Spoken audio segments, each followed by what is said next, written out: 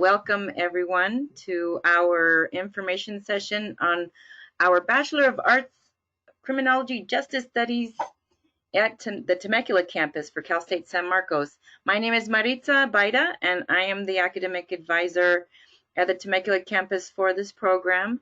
And let's get started.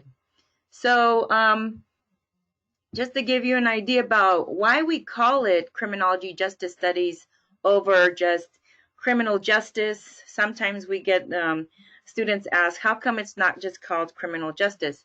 And the reason why is that it has two very important features to this that makes this special. Part of it is the criminology piece, and that part is the criminal justice piece. It's the study of crime and why people do it, who does it, where does it happen, why does it happen, and then just the critical research, the critical thinking piece of it, the crime scene investigation, the theories around it, how to compose reports, the research around it. Then there's the soft skills, which is the justice studies. And this part, because folks who do go into this bachelor's degree, you're coming away with good critical thinking skills, but we want you also to come out of it with some soft skills. And the soft skills are the counseling skills, and that's understanding your clientele, who your populations, who you'll meet and work with, the people you will be the front lines working with. So it's important that you know these different special populations, and so that's why we call it criminology justice studies. It's the combination of the two. Like I said, this is just more of why we call it criminology. It's the understanding of the social correlates of crime and justice. It's the theory and practice of crime and the social justice and all the different social processes that surround both. The ability to evaluate critical issues in crime and justice. And here's the piece that I really feel that it's really, I think, sets our program apart, and that is with this justice studies component, you're actually learning how to provide solutions for positive social change in any clientele who you work with, whether it's in law enforcement or you're a social advocate for a certain population. As you can see on the right side panel, you'll see all the different areas how this can be, very useful for you, whether you go into law, you go into crime scene investigation, or social services. Many of our students want to go into become a social worker. So I really feel like this program really has a special touch over just criminal justice. So moving right along. So I'm going to give you the big picture look so that you can see how it funnels into our program. We are Cal State San Marcos, and our program lives under the Extended Learning Department. The Extended Learning Department works with all the colleges on the campus, and so Criminology Justice Studies actually is in the College of Humanities, Arts, and Social Sciences. And so that's where it lives along, but the program itself is run through extended learning. Extended learning has some benefits, and the reason why it's in extended learning, one, extended learning addresses the impaction of the main campuses of the CSUs. So extension programs are on most CSU campuses. There's 23 CSUs. They have different names for the same department. So ours is called Extended Learning. San Diego State, they call it Extension Services, I believe. Many other CSUs have the same similar. Cal State Long Beach, Cal State Chico, Cal State Fullerton, they all have an extension department where they also offer impacted programs on main campuses that are very popular, but you can't get in because there's just too many people wanting to get into, and there's not enough seats to meet the need. So extension departments offer an access point to get into these majors. They are also addressing the needs of the local community. So given that we are in Temecula, consider the commute, you save time, you save money, just being in a different campus that's closer to home. And so we also offer different programs.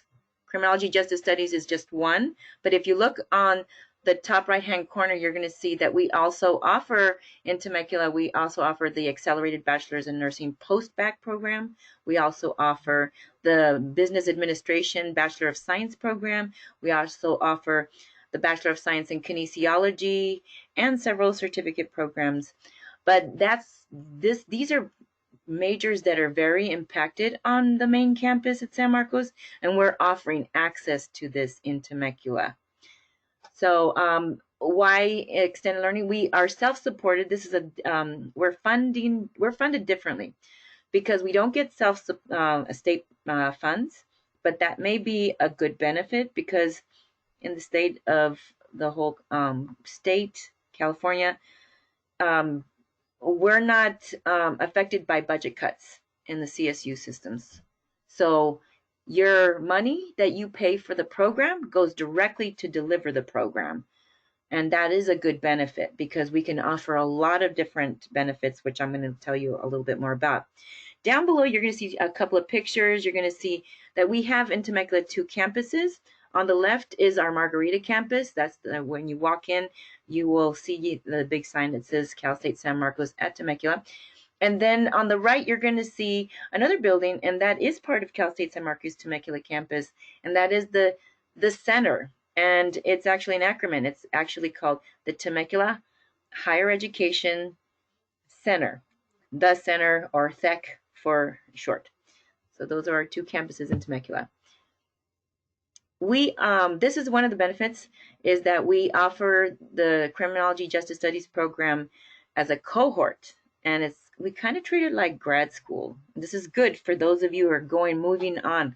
We encourage you to move on and get your master's.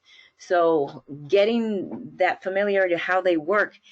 A cohort is a group that works through a curriculum together and they achieve the same academic degree. So that means like everybody who's admitted to you with you, like say this fall, you're going to see the same students all the semesters that you're together.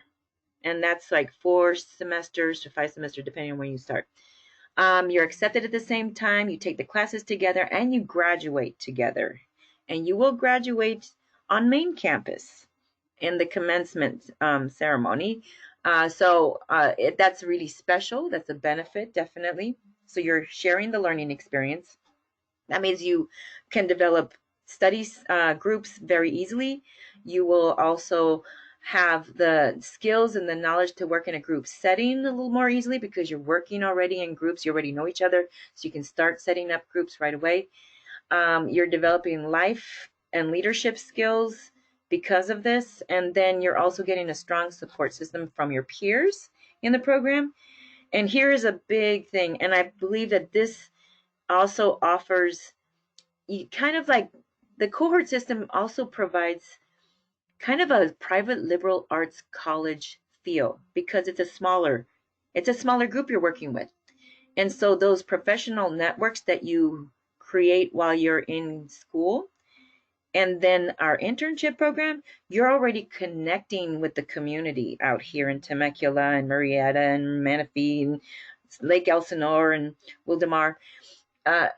And even beyond, like even Hemet and Paris, all of that, your professional networks are going to be strong before you graduate because you're going to be interacting with your peers who live in this area, and that only offers you more access to, hey, there's a job out here, and you are getting the firsthand about it. So. We are WASC accredited. WASC stands for Western Association of Schools and Colleges. When you're thinking about going to grad school, this may be very important for you to know. Maybe grad schools, maybe prestigious ones will ask, are you regionally accredited? Where did you get your bachelor's degree from? Is it regionally accredited? You can say, yes, it is regionally accredited. It is approved and assessed by the Western Association of Schools and Colleges. It's WASC accredited. So All our programs are WASC accredited. The structure of the program, it is a day program, and it is full-time. And then your classes run in a cohort, so we can admit 35 students at maximum for our cohort. You are going through this program in 4 semesters with 50, and you're going to gain 53 units. You're guaranteed your seat in every class. You know what that means? That means that here's the benefit. While on the main campus, when you do get into a program there, you're on your own to try to develop your ed plan. You're on your own to figure out what you need to take. You do have, advisors there, of course, but there you also have to wait for your advisor to meet so you can figure it out. But you're not guaranteed your seat. You have to pick whatever is whatever is available. In our program, we give you your class schedules. So you and that seat is always there for you. No one from the outside, no one from main campus can ever take your seat. It's always there. So even when we give you the CRN number so that you can self-register, say for instance you're all registered and you forgot to pay, or you didn't have enough time to pay, you can just email me before a certain date and say, hey Maritza, I got dropped for non-payment, can you get me back in, or send me the CRN numbers, and sure enough I'll send you the CRN numbers and you can go ahead and re-register, because that's what it means by guaranteed seat, is no one can take your seat, no one can take your CRN numbers, they are assigned to you. To maintain in the program, you do have to get a C or higher in all your classes. And then we admit for fall and for spring. And also another benefit is that you are getting the main campus faculty that are teaching the classes. So that is the structure. A little bit more about the structure. Maybe I know a lot of students ask me, so do you go every day? Do you have to go Monday through Friday, for a certain amount of time? The way it's structured is that our students go at least 2 days out of the week. The time frame is within 8 a.m. and 5 p.m. It's somewhere in between. It doesn't mean you're there from 8 a.m. to 5 p.m. You're there within that time frame. So you'll never have a class late at night. It'll be within that time frame. All right, so here are the courses, the core courses for the program listed on the left. And then you'll have elective courses in Criminology Justice Studies that are in 2 areas. Area 1 are the crime and justice areas, and then area 2 are your communities and equalities and justice. You remember how when we started in the beginning of the presentation where we talk about criminology, and then we have justice studies? Area 1 is the criminology piece, and then area 2 is the justice studies piece, where you're learning about your clientele. So you're going to learn about different communities, about the inequalities in the areas, and like special populations. And so this is the social justice part. You're going to get your ed plan already configured, so you'll have area 1 and area 2 classes already picked out for you. So a little bit more about the class schedule. You are going to go within Monday through Friday. It's typically 2 or 3 days per week maximum, between 8 a.m. and 5 p.m. Right now, I can tell you that our cohorts are going 2 days out of the week. So they'll take a couple of classes on one day and then a couple of classes on another day. So for instance, I have one cohort that's going Mondays and Wednesdays, and other ones are going Tuesdays and Thursdays, and they're taking care of their classes. So it's doable with a job, definitely. Our classes are typically 4 units, especially the core courses. They will be 4 units. So they have a little bit more meat and time that you need to devote to it. And then you'll have certain classes that are 3 units, and then you might have a 1-unit class here and there at the very end of your time with us. There are some classes that are offered online, but they're not going to be all online, and maybe a couple, and that's it. Let me see. Here is just an example of the sequencing that would look like if you started in the fall. And so you can see that you're taking quite a bit in the first semester. However, let me tell you a little bit more about this class, Soc 323. That's actually a stats class. So if you already have taken a stats class at your community college or the colleges that you come from, then you don't have to take that class. And then that reduces it to 13 units and you're still full-time. So that means you're still eligible for full-time financial aid. And you can be eligible in this program for financial aid. I'll get into that in the next few slides. But yes, so this is typically your ed plan right here. It's already set up for you. We choose it, and then you get the CRN numbers and you self-register, and bam, you're registered for classes. Okay, so the sequencing benefits is that we give this plan to you. It's already mapped out. You don't have to think about it. You just do your due diligence to, complete and successfully pass all your classes. All your program requirements for graduation are going to be met within the 4 semesters. We've taken care of all that configuration and sequencing for you. The ease of registration is really, we give you the CRN numbers, at least a month before or a few months before you start your semester. And then you just self-register. That's how it works. And no one can take your seat. Even if you were to register, like before the day before you start, then you still have your seat. So, but to get your financial aid, you need to be enrolled so they can package you. So the earlier you can register, the better. And but we guide you through. I guide you through that too. All right. So a little bit more about that one class of the internship class that happens in your last semester. It is 100 hours that you'll need to meet for this internship class, and a lot of our students are already, like this happens in the spring semester of your last term, and then in the fall, the semester before, the instructor for the internship class will already be emailing you on getting you prepared for how do you start this internship process. So you'll be working with the internship coordinator, and they will give you like even a PowerPoint, and this last semester, in the fall we had our graduating cohort for this spring. In the fall they had like a little seminar to talk about the internship, how to do that, all the steps. So you're going to get a lot. If you can get this done in the fall of your last year, then it's smooth sailing to get it done in the in the spring. So let's see.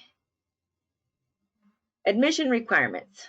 So here's probably what you're maybe mainly looking at. How do I get into this program? Is it as hard as the main campus? Actually, no, it's a lot easier. We are looking for you to complete 60 to 70 undergraduate transferable units.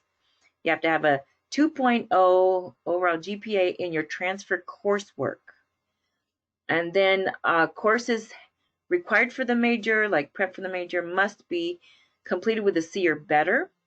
And then official transcripts from all college institutions that you've taken classes. So even if you took one class at a community college and it was just one, it's not even relevant to the major, we still need that transcript. Down below, you're going to see the Area 1, A1, A2, A3, B4. Those are our codes for the CSU system schools of the general education basic skills requirements. So for our program, we require that you've completed an approved A1 class. That's an oral communication. If you've taken a public speaking class, that covers it. So And in the community colleges there are other options, and I'll explain a little bit more how to find those other options. A2 is your written communication. That is your English composition, freshman composition, college level class. A3 is critical thinking. There are many courses that in the community colleges that can be applied to meet this critical thinking course for the CSU system schools.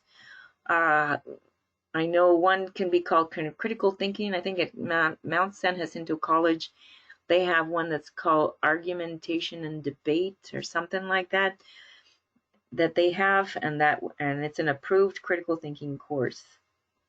Your area B4 is a college level math. If you've taken stats already and it's college level, then you have met this course, and it acts as a double whammy. So it is, if you've taken a college level math, like say you took college algebra, you've met the admission requirement.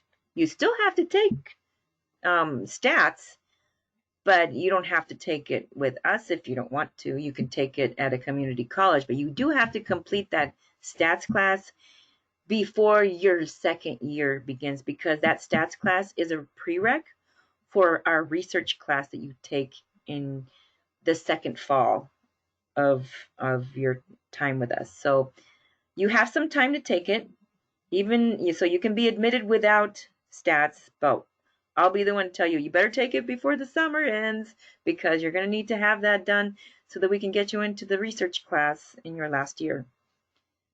Now, just to let you know, there has been, with the COVID circumstances, there has been a little bit more leniency now, and this is the time to take advantage of it, because they're now going to be being a little bit more flexible for fall admissions. If you are near completion with the golden four, those four, A1, A2, A3, B4, if you're near completion, we strongly encourage you to apply. So if you are missing A1 or A3 specifically, you could still be conditionally admitted, but you do have to have your written communication and your college level math. So I would encourage you to apply if you have not done those two yet. Do consider trying to take that in the summer, but if you're not able to, we can still work with you. We're still flexible enough to take, look at, conditional admissions. The other thing that you can also be conditionally admitted with is also the units, because you do need to have 60 transferable units. If you're near completion of that, say you're like missing 50, you got 59, you don't have the total 60, you could still be conditionally admitted during this COVID circumstance. So this only applies for fall 2020 admissions. So do consider, applying if you're near that completion, because we will work with you on that. So other graduation requirements, these are not admission requirements, these are graduation requirements. We encourage you to complete these at the community college, one, because it's cheaper and much easier to get done. And it also gives you units too. So that's the area B, C, D, and E. And then also your language requirement. Now, in the past, I know the term loader has been floating around, and they took that out for many of the colleges. But for Criminology Justice Studies major, it is a graduation requirement that you do complete an intermediate language course. If you've already started with a language, I say you took, for example, you took American Sign Language, the first one of the series. You need to keep going with that. So say you took ASL 101, you still got to do ASL 102, and then you got to do ASL 201, or however the sequence goes. I think at the Riverside Community College districts, they have ASL 1, ASL 2, and ASL 3. You got to get to ASL 3. That intermediate level language, that's what you need. So You don't need this for admissions. This is just something that you do need to take, and I would encourage you to take it at the community colleges. If you need help with finding a class online, a language class, I can certainly help you with finding that class. But it's not an admission requirement. But do try to get as much of this done before you start, because you're going to have a big load. You're going to have a load every semester. Like I said, you're going full time. So try to get a lot of these done with your counselor at the community college. And I can also help as well in helping you find those classes at the community colleges or elsewhere so that you can get it done.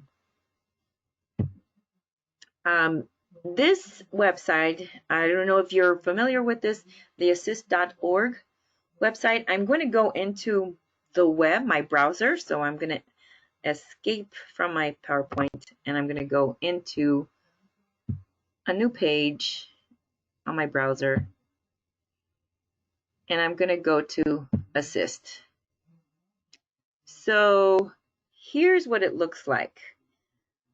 I'm going to go and I'm going to pretend I'm a student and I need to find a critical thinking course. So I go scroll down right here and I'm taking classes at Riverside City College. I'm going to look up Riverside City College, RCC, and here we go. I'm getting close. So here we go. So Riverside City College. I want to look up an A3 class, see if I got this. So I go down and I look for that little drag down menu and I look for what it says CSU GE Breath Certification Course. It's the second one on the list. I click that and then I press the button View Transferability List. Then it brings me to two more panels. So I covered this one. Now I go to this panel, click the little drag down menu and look for CSU GE Breath area. And then click down below and say all CSU. Then it pops up the third panel and go to View Course List. This is going to be your best resource to figure out if you have all of our requirements or not, and options for you to take it at RCC in my example. So I'm going to go, as you can see right here, the purple bars tell you the different, and it goes from A1 all the way to Area E. So I'm going to go and scroll down to A3, and I am here.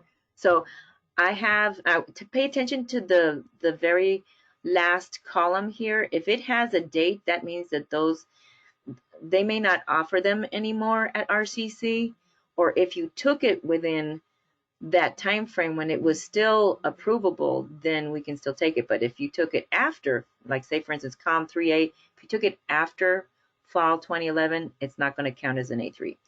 So you want to keep this in mind. So COM 2, Introduction to Persuasion, that counts as an A3.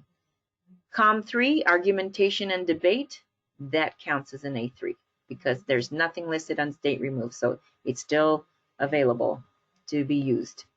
English 1B, Critical Thinking and Writing, that one's still available, so I can still use that to cover my A3.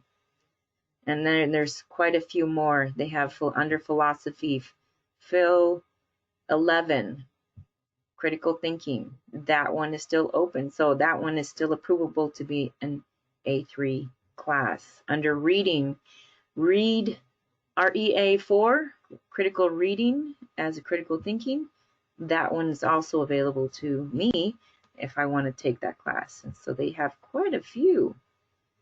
All right, so that's how you use the assist.org to help you find your GEs. All right, going back to my PowerPoint. Okay, so how much does this program cost? Well, it is roughly, this is just a rough cost when that's including student fees, but not the books. It's $28,000, and that's doesn't mean you have to pay all that at once.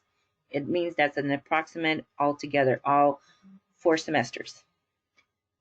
So the lecture fee per unit is $449. The total mandatory fees, $989. Every student has to pay that every semester. whether you're on main campus or whether you're a Temecula student. Everybody has to pay that per semester. And then the intent to enroll fee, that is to hold your seat. So say, for instance, you've applied, you were admitted, and then you got the letter saying, congratulations, you've been admitted to Criminology Justice Studies in Temecula. To hold your seat, please pay an enrollment fee, the intent to enroll fee. That $150 holds your seat in the cohort for fall, if you decide to do fall. But that $150 is not an additional one. That actually will go towards your mandatory fees for the fall semester if you start in the fall. So you can minus $150 to the $989, and that's what you're going to see in your balance with us for your fall semester. So it's not an additional, it'll just be added to your total mandatory fees for the fall or when you start. How do you apply? So our program is through the Cal State Apply portal. You will have to go to this website to start applying. So you're going to have to set up a username and password. And that's going to have 4 areas. So it's going to have 4 quadrants. You got to fill all those 4 quadrants done. Once you're done with that, oh, and give yourself an hour to get that done because it's a lot of work that you got to get entered into that application. So give yourself an hour and have all your unofficial transcripts available because you will have to itemize and add every course that you've taken, because what the system does, if you don't add in all your courses, the system thinks you're a freshman and it won't show you the option for Temecula Criminology Justice Studies program because that is a transfer degree. You do need to have 60 transferable units to be applicable, to actually see it. So put in your in-progress classes too. So that way the system is calculating how many units does this person have. And then as they see that you are a transfer student, you're adding your 60 units, even the in-progress ones, the ones you're going to take in the future.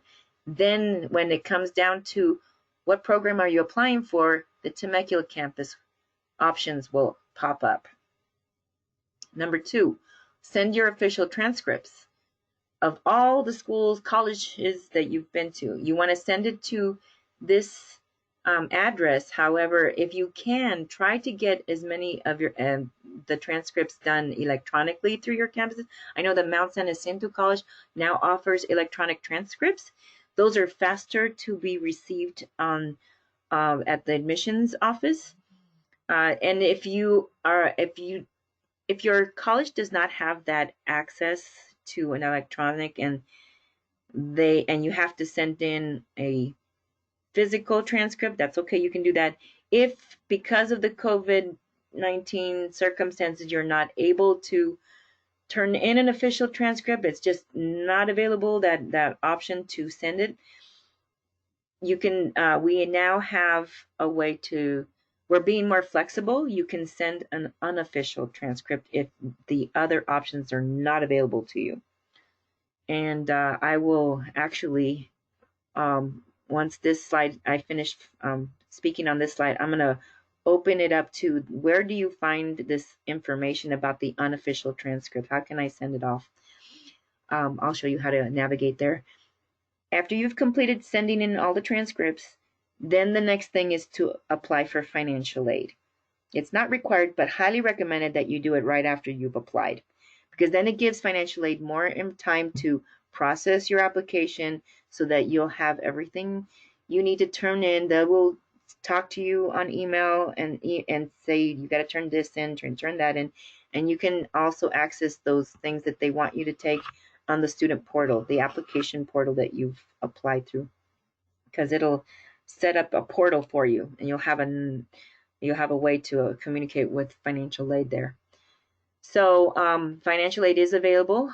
You will get, you'll be assessed for a Pell Grant, state grants, and subsidized and unsubsidized loans. When you apply for FAFSA, you're applying for 3 pots of money, and they're going to determine how much you're going to get for each.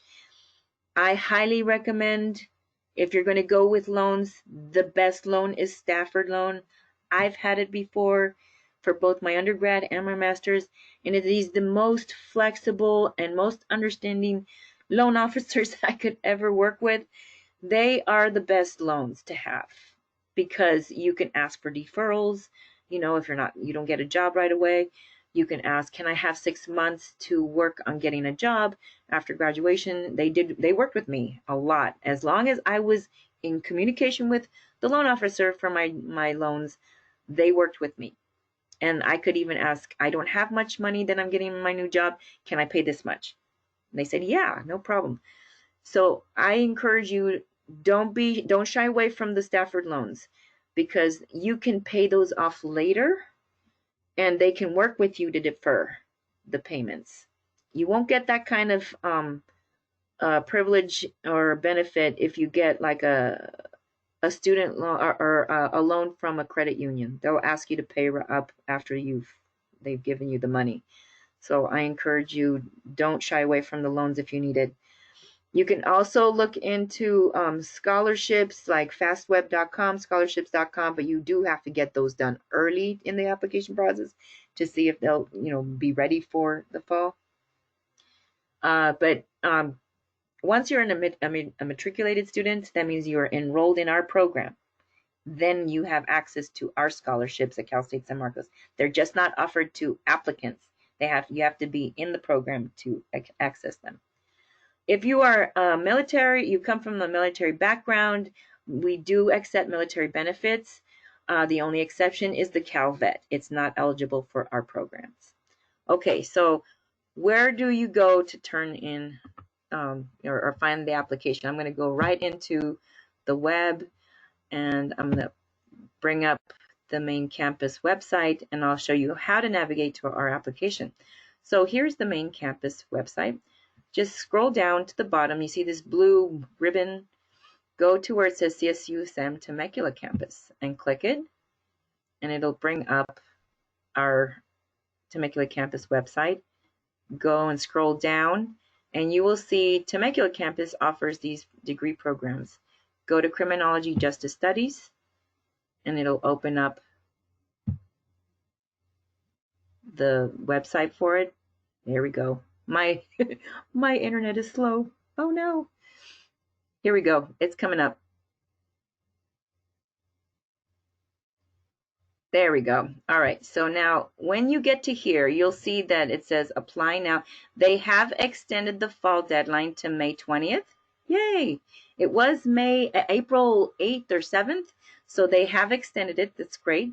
So the instructions about transcripts and how to, all the steps, you're going to find it on the view application instructions. And then you'll go down to where you scroll down here, where it says, submit the application. It gives you the step-by-step process of what to enter in the CSU Apply account that you've made. And, all the things you need to do. If it says resume, that does not apply to you. That's only for our master's program. You just need to work on getting into this piece right here where it says complete your profile. And then if you're doing a bachelor's degree, select undergrad. So some of this stuff may not apply to you if they're asking you for a resume or personal statement. That's not you. That's the master's programs. But here it is, submitting official transcripts. You'll notice that it says here, we are temporarily accepting unofficial transcripts. Please visit unofficial transcript webpage. When you click on that, it'll tell you all the things that you need to know about turning in unofficial transcripts. If the official transcript request is not accessible to you because of the COVID circumstances, you can use this route. You will be asked to submit an official transcript before you start the program. So hopefully by then, the COVID-19 crisis will have ended and we'll have access more to be outside and you can physically, get that done. But in the meantime, this is available to you right now. All right, so now going back to my web PowerPoint.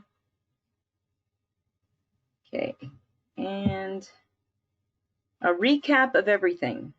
So starting with us, as an applicant, you want to complete all the admission requirements. You can work with me to help you figure that out.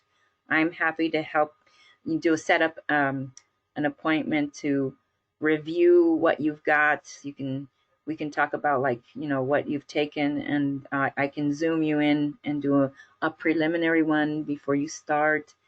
I'm happy to do that. Complete your stats before your third semester. So you don't have to have it as for admissions if you've taken college level math, but you haven't taken stats. I'll work with you to help you get that done before the third semester because you're going to need it. Submit the application on CSU Apply, Cal State Apply, and then submit all transcripts. Once you're admitted, or once you've been, you've submitted your file, then your application will be processed. You'll be sent an email with your evaluation that'll tell you what we've accepted, and then scroll down on that email, that PDF document, so you could see what GEs you still have to take, and that can help you to figure out a roadmap. What can you take at a community college so that you'll have, units to take, or just take it there, saves you money, and then that just gives you something to work with. Then once you're accepted, you definitely pay your intent to enroll fee to save your spot for the cohort, and then I will work with you to make sure you graduate. That's my favorite part. I love being an advisor. I don't know if you can tell by the enthusiasm I have in my voice, but I absolutely love my job. I do, because I get to see people graduate. That's my favorite time of the year. So I go to the commencement and I'm there cheering you on, all my students. I love them. So I make sure to work with all of them to graduate. And here's my information. I am Maritza Baida. That's my email. And so through email right now, through the COVID crisis, you can email me. I'm pretty fast at responding. And I'm looking forward to seeing your application, or if you've already applied, I'm looking forward to getting to know you. And email me for anything, really.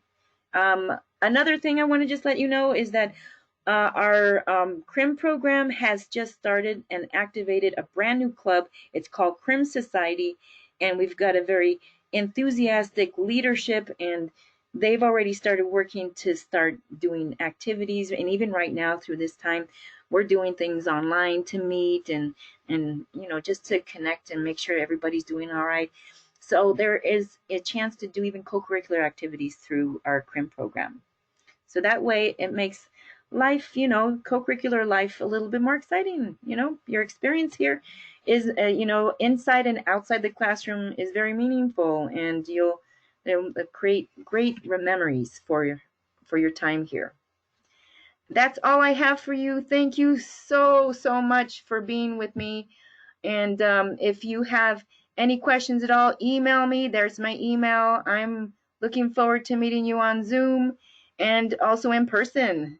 So have a great evening. Let me see. Does anybody have any questions? I'm going to open up the chat right now.